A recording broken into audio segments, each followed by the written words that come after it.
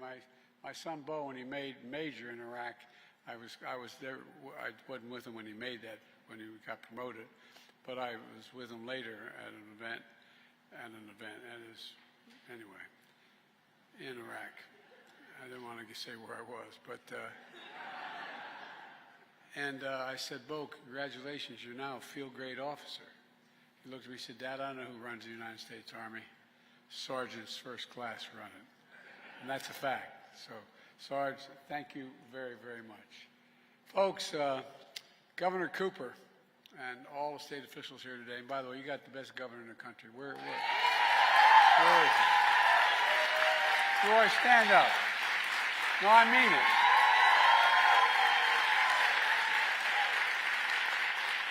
You know what I love about him most?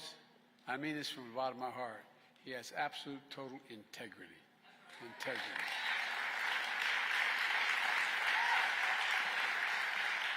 Thanks for the welcome back to North Carolina, Gov. I appreciate it very much. I also want to mention Congressman Deborah Ross. Where's Deborah? I just had my picture taken with her. That's probably why she left. No, all kidding aside. Anyway, she couldn't be here, actually. That's not true. I got it mixed up. And she has, she fights very hard for the people of this district, and she's up in Washington right now. And folks, I'm here today to talk about something that doesn't get enough attention, and that's the progress we're making to invest in America, all of America. There's a law written back in the 30s that says when the Congress passes a bill that has money in it to be spent to build something in America, whether it's an aircraft carrier or it's a highway or whatever it happens to be, that the president should use American workers and American products. For the longest time, Democrats and Republican presidents didn't abide by that very much. But I do, because I want to make sure that we're making it in America, building in America with American products, and that's why we've created 14 million new jobs. Folks, bringing opportunity and hope to people and communities across this country. Let me give you one example of bringing high-speed internet to every person in America. Nearly a century ago, Franklin Delano Roosevelt signed the Rural Electrification Act, bringing electricity to every home and farm in America, because it was in cities, but it wasn't in a lot of rural areas. Because electricity had become an essential part of modern life. So he wanted sure everyone had access to it. He was determined that no American should be left behind, no matter where they lived, whether in a big city or a rural area. Well, I tell you what, I made the same determination about our time, affordable, high-speed internet.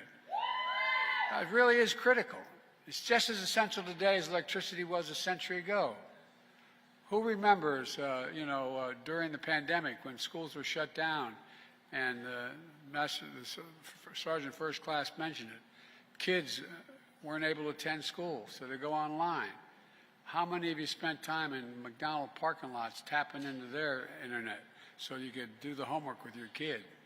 Look, think of all the workers who need internet to do their jobs when they're working from home. So many are working from home, have to work. Small businesses need internet to reach more customers here at home and literally around the world. And our seniors are needed in connection with their doctors through telemedicine because they can't make it to the doctors in person. High-speed internet isn't a luxury anymore. It's an absolute necessity. No, it really is. And yet, when I became president, around 24 million Americans didn't have access to affordable high-speed internet. And for millions more, their internet connection was limited or unreliable. That's why, as soon as I came into office, I took action with what we call the American Rescue Plan. And it included more than $25 billion to invest in affordable internet, high-speed internet all across America. A few months later, I signed a piece of legislation which many people didn't think we could get done, the Bipartisan Infrastructure Law. It's a once-in-a-generation investment to rebuild America's infrastructure, our roads, our bridges, our railroads, our high-speed internet, all of it paid for. And look, our goal is to connect everyone in America to affordable, reliable, high-speed internet by the year 2030, everyone in America. Just like Franklin Roosevelt did a generation ago with electricity. I promise to be a president for all America, whether you voted for me or not. These investments help all Americans in red states and blue states as well. We're not leaving anybody behind. Look around North Carolina, and with the leadership of Governor Cooper, with the partnership of your governor, we've invested more than $3 billion to expand high-speed internet in every county across the state. $3 billion.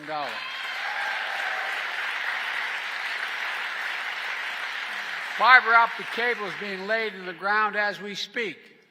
Over the next 3 years, over 300,000 homes and businesses all across North Carolina will be connected with affordable, high-speed internet. And today I'm announcing another major step. We're investing another $82 million to connect 16,000 additional homes and businesses, bringing high-speed internet all across the state of North Carolina, from top to bottom. By the end of the decade, we're going to finish the job reaching all the remaining homes, schools, libraries, small business, healthcare facilities in North Carolina that don't have access to high-speed internet today. Let me say that again. Universal, high-speed internet in all of North Carolina by the end of this decade. Folks, you just heard from Sergeant Smith a few minutes ago why it matters. He's retired Army, 22 years of service, which we owe him. He and his wife Emma live in Tar Heel, as he mentioned. North Carolina population, staggering population, 100 people. They've been using dial-up internet for years, just like everyone else in town. It took Edward far too long to download medical paperwork, as he mentioned the VA. It was hard for his grandkids who lived nearby to use the internet to do their homework. And then thanks to the American Rescue Plan, which I signed into law, fiber optic cable was laid and the town got high-speed internet. And now Edward and Emma and the kids and the grandkids can use the internet quickly and easily, from getting care from the VA to doing their homework. Look, their neighbors include folks who can't attend local church services, he mentioned. They can stream these services at home every single Sunday. High-speed internet has been a game changer for their town and so many counties all across America. Look, and we're just getting started. But it's not enough to just have internet access. It needs to be affordable. Affordable. So, here's what my administration did. We work with internet service providers to bring down prices for people struggling with their payments. It's called Affordable Connectivity Program. It's already helped 880,000 households in North Carolina save a total of $440 million in internet bills collectively. That's about 1 in 5 families across the state are saving $30 a month for the internet bills, and some save a lot more. That savings matters in homes like the one I grew up in. Another 30, 40 bucks a month was the difference between how many groceries you pay, the gas bill, all other necessities. It matters. It matters. Plus, the investment we're making in high-speed internet means something else as well.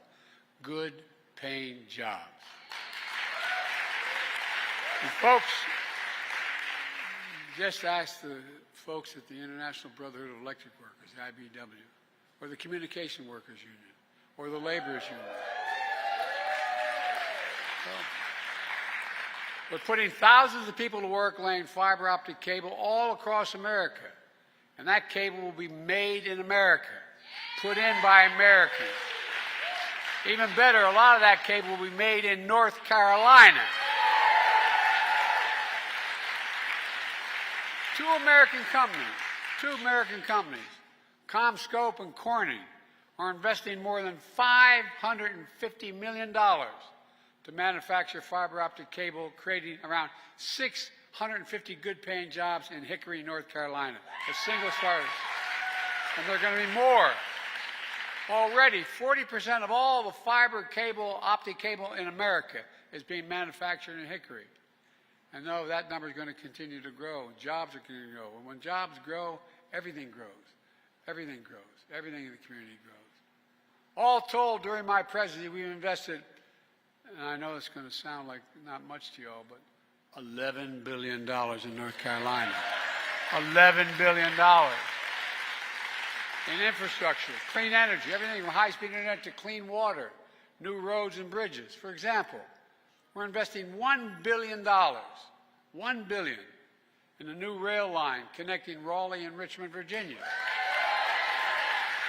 Not only creating a whole hell of a lot of jobs, but it's going to take a lot of vehicles off the road. It's going to help with pollution, and guess what? It's going to cut the time. Well, let me give you an idea. Right now, the trip takes about 3 hours by train. With the new rail line, it's going to take you 2 hours.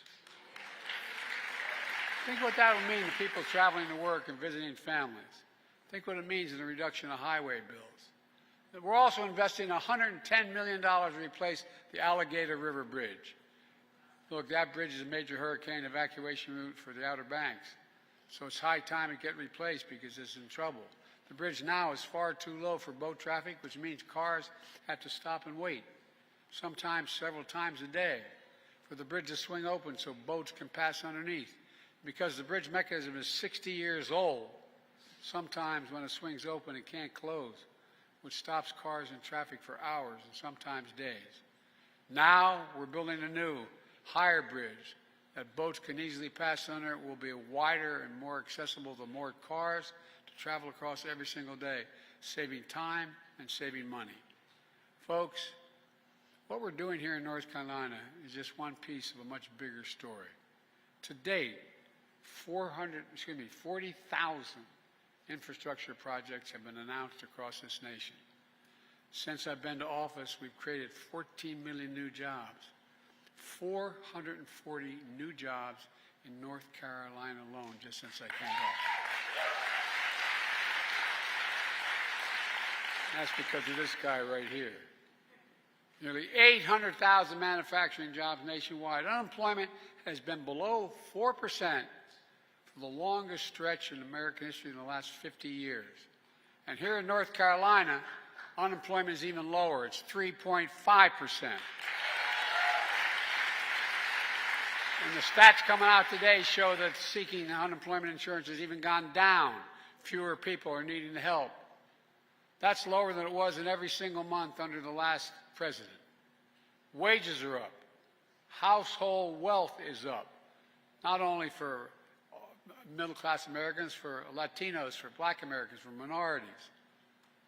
Costs are still too high, but inflation continues to fall, and mortgage rates are falling, and they're going to fall more. Last week we learned that America filed 16 million in America, 16 million new applications for businesses, for a new business since I became president. Folks, that's a record. Every single one of those new small businesses is an act of hope, an act of hope. It generates progress. People are beginning to have, and if you look at the consumer confidence, it's way up. 64%, I think it maybe 62%. Americans think their personal circumstance is good and it's getting better. Meanwhile, thanks to the Invest in America agenda, private companies have invested over $640 billion, let me say it again, $640 billion in advanced manufacturing here in America. And by the way, you know, we invented that little computer chip which everything from your cell phone to your automobile needs. Guess what? We used to control it. We got down to the point we hardly manufactured any of it. And so what happened when things went bad, we didn't have access to all those computer chips that were being made in Asia and other parts of the world. So I got in the plane and went to South Korea. And I said, why don't you come invest in America? One thing led to another.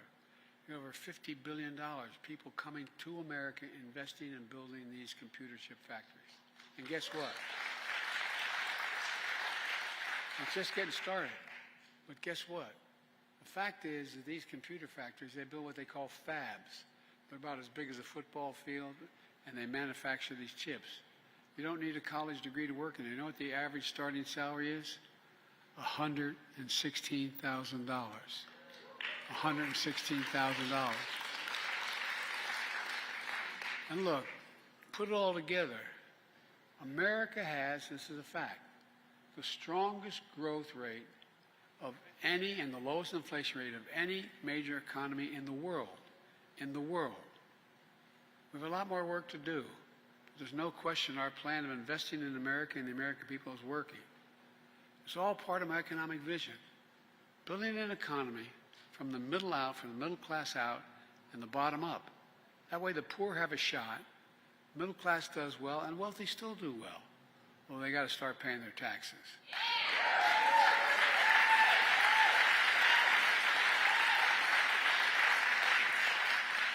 You know, I'm serious.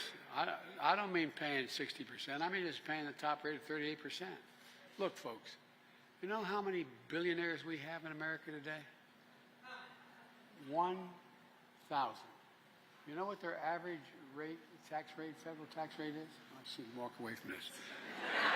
Federal tax rate is 8.5%. Raise your hand if you'd trade for your tax rate for 8.5%. I mean, serious, think about this. There'd be $40 billion raised if they just paid 38%, if they even paid 25%. Folks, look, we all do well when the middle class does well and we grow. Everybody does well. You know, I'm so tired of trickle-down economics. I grew up in a family where not a lot trickled down on my dad's kitchen table. My dad was a hard-working guy. We weren't poor, but we lived in a 3-bedroom split-level home with 4 kids and a grandpa. And, you know, we were fine. It was okay. But there wasn't anything left over. There was nothing left over. But now, a lot of middle-class folks are having enough leftovers. They can do things. Our approach is the fundamental break from trickle-down economics, supercharged by my predecessor. My predecessor, everything was trickled down, but not a lot trickled. And I'm serious. Which tax cuts for the wealthy and big corporations, shipping goods overseas. How many people do you know in this state and other states? There was a factory in town that employed 300, 400 people. And all of a sudden you found that factory shipped overseas. Why was it shipped overseas? Cheaper labor costs. So we were shipping factories overseas and importing the product they made here. Well, guess what? We're doing the opposite. We're making it here and shipping the product overseas. I'm serious. And also that trickle-down shrank public investment in education, infrastructure and education. Have hollowed out communities, closing factories, leaving too many behind. And now, my predecessors like to say, America is a failing nation. In my face, bless me, Father, for his sin. I mean, come on. A failing nation. And by the way, did you hear he wants to see the stock market crash? Because he does not want it now. We're doing well. He acknowledging by that we're doing pretty damn well economically and getting better. He wants to see the stock market crash. You know why? He doesn't want to be the next Herbert Hoover. As I told him, he's already Hoover. He's the only president to be president for 4 years and lose jobs, not gain any jobs. Come on, man. You know, some of the things he said, well, I don't get started. But look, frankly, to put it very politely, he doesn't know what he's talking about. Meanwhile, the vast majority of Republicans in Congress voted against our infrastructure law. We got enough to make it work of 30-something. The vast majority voted against it. They all voted against all the other bills that I have. I mean, 100% voted against. And guess what? Whether it's Marjorie Taylor Greene or whoever, they're now, when these new projects come, they're welcoming them to their state. They voted against it all. So I told them I'll be there for the groundbreaking with them. You know, look, what was mentioned as well. Look what I fought my whole career. I've been around. I know I don't look it, but I've been around for a little while. But all kidding aside, look, you know, I spent the bulk of my career as a senator trying to bring down the cost of prescription drugs. If you have a prescription from your doc and you take it to a pharmacy here in North Carolina or Wilmington, Delaware, where I'm from, or wherever, guess what? I can take that same prescription from you and go to Toronto, Canada, London, England, Rome, in Italy, anywhere around the world. And it'll be somewhere between 50% less and 70% less. How does that work? Why? Why isn't in America we're paying $400 a month for insulin if you have diabetes, and other places they're paying $35. Well, guess what? You're paying $35 now, and it's going to go down even further. And by the way, at $35, they're making 350% gain. It costs $10 to make it, $12 to package it. So come on, man. It's about time we start to be a little fair to ordinary people. When it comes to voting against infrastructure law, it doesn't stop many of our Republicans calling up and saying, we need a project in my district. Now, what I haven't done is I haven't blocked projects in their districts because they're all Americans.